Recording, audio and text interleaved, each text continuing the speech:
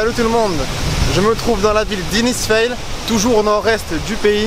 Aujourd'hui je vous amène découvrir un château d'époque situé en pleine forêt tropicale, Paronella Park.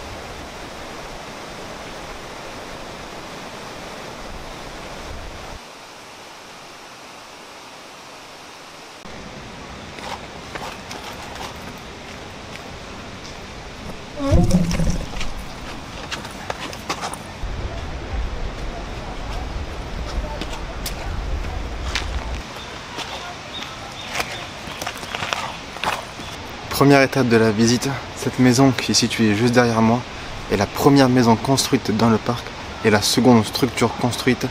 Elle fut la résidence principale de la famille Paronella qui maintenant est devenue un musée.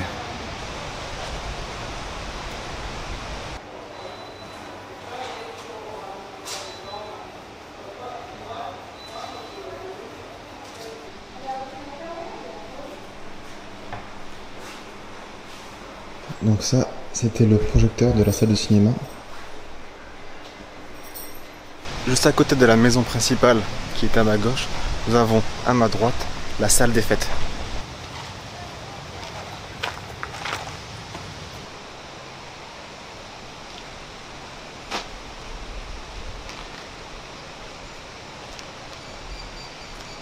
Cette salle des fêtes était utilisée en tant que salle de théâtre et salle de projection.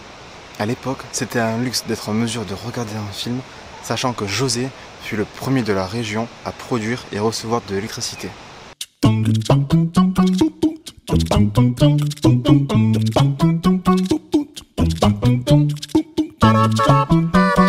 Le projecteur vidéo qu'on a vu dans le musée est situé juste là, dans ce petit trou, et l'écran au fond sur la scène.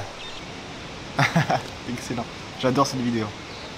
Dans la salle inférieure du château, située juste derrière moi, Margarita, la femme de José, proposait aux clients ses glaces.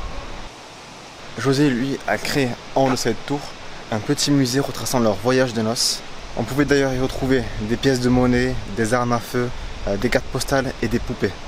Malheureusement, en 1979, un feu partant de la cuisine située juste derrière moi a ravagé toute la salle.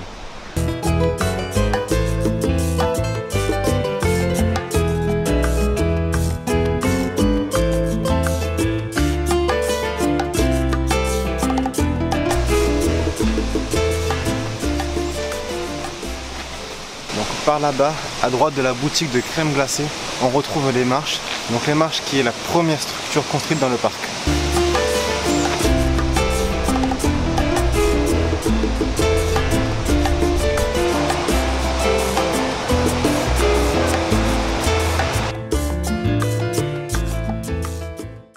Alors pourquoi cet escalier qui est long de 47 marches fut la première structure construite dans le parc? Tout simplement pour pouvoir acheminer le transport des matériaux qui arrivaient depuis l'aire de pique-nique située en bas. Derrière moi, sur cette pancarte, on peut voir à quel niveau l'eau est montée en 1946. Ici, en 1967 et en 1994. Un peu plus bas, en 1996 et en 2018.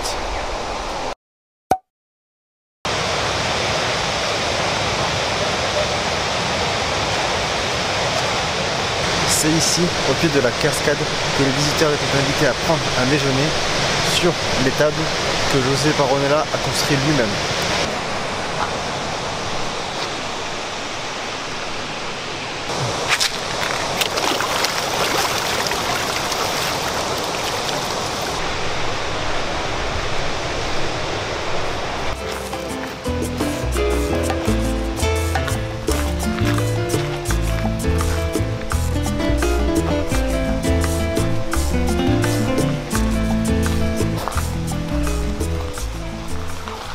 On arrive maintenant à l'endroit le plus connu et le plus photographié du parc. Ce château.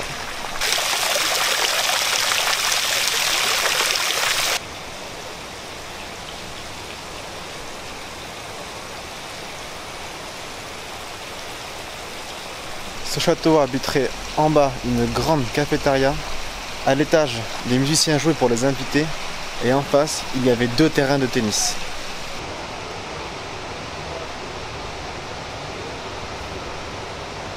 Aujourd'hui, les 2 terrains de tennis ont été rasés et ont fait place à un immense espace pouvant accueillir des concerts. Regardez. Ici, il y avait 2 terrains de tennis rasés. Là-bas, on peut voir les chaises de concert.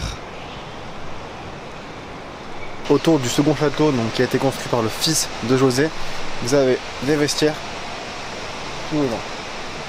De cet espace ouvert, José Paronella s'est inspiré des jardins botaniques de Barcelone pour créer son propre jardin, afin que les couples, les invités, puissent déambuler librement et admirer ceci.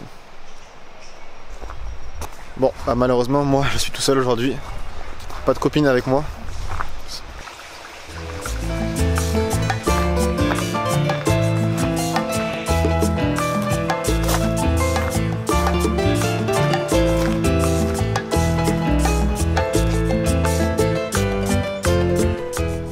Ok, derrière moi se trouve le tunnel de l'amour qui rejoint juste derrière la cascade Teresa. Dans ce tunnel, José avait commencé à construire un aquarium, mais avec l'humidité, le ciment a commencé à s'effriter et c'est donc devenu une cave à champignons. Il y a par ailleurs environ 2000 chauves-souris actuellement dans ce tunnel.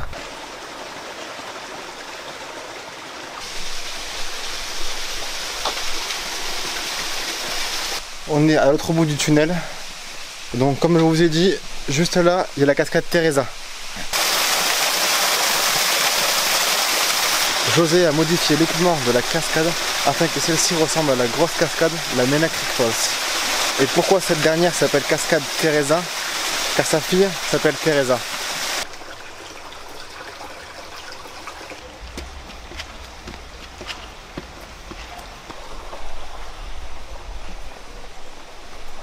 Waouh! Une forêt de bambous. C'est magnifique.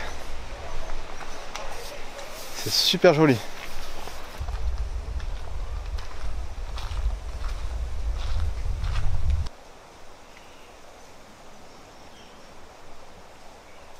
Et toilettes pour les invités. Admirez cet immense espace en plein milieu du jardin. De mon point de vue, le second plus bel endroit du parc, ici, Cory Avenue.